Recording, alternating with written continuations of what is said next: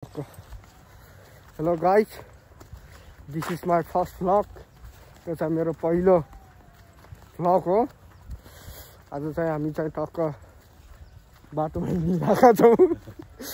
बाटोमा हिँडिरहेका छौँ। कोलपुरमा यति जाडो भइसक्यो कि कस्तो नाम। तपाईहरुलाई म देखाउँछु गाउँघरको खेतीपाती कस्तो चलिरहेको छ।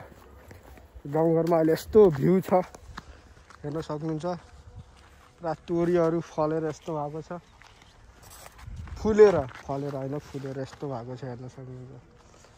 टक्क मस्त तोरीहरू बवाल भ्यू सायद देखिरहेको होला नि। यो टाउको देखियो हैन? अब देखियो। यस्तो गरेर पुरै देखिँदो रहेछ क्या।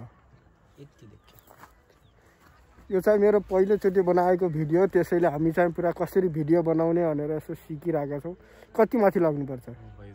यति माथि लाग्नु बल्ल बन्छ पुरै माथि नै हल्का यस्तो टाइपको। यस्तो माथि गयो यस्तो।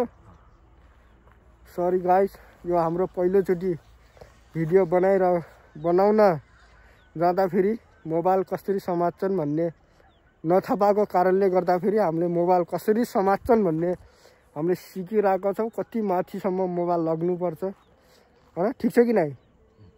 यति लग्नु पर्दो रहेछ। यति लगाउनु पुरै आउँछ।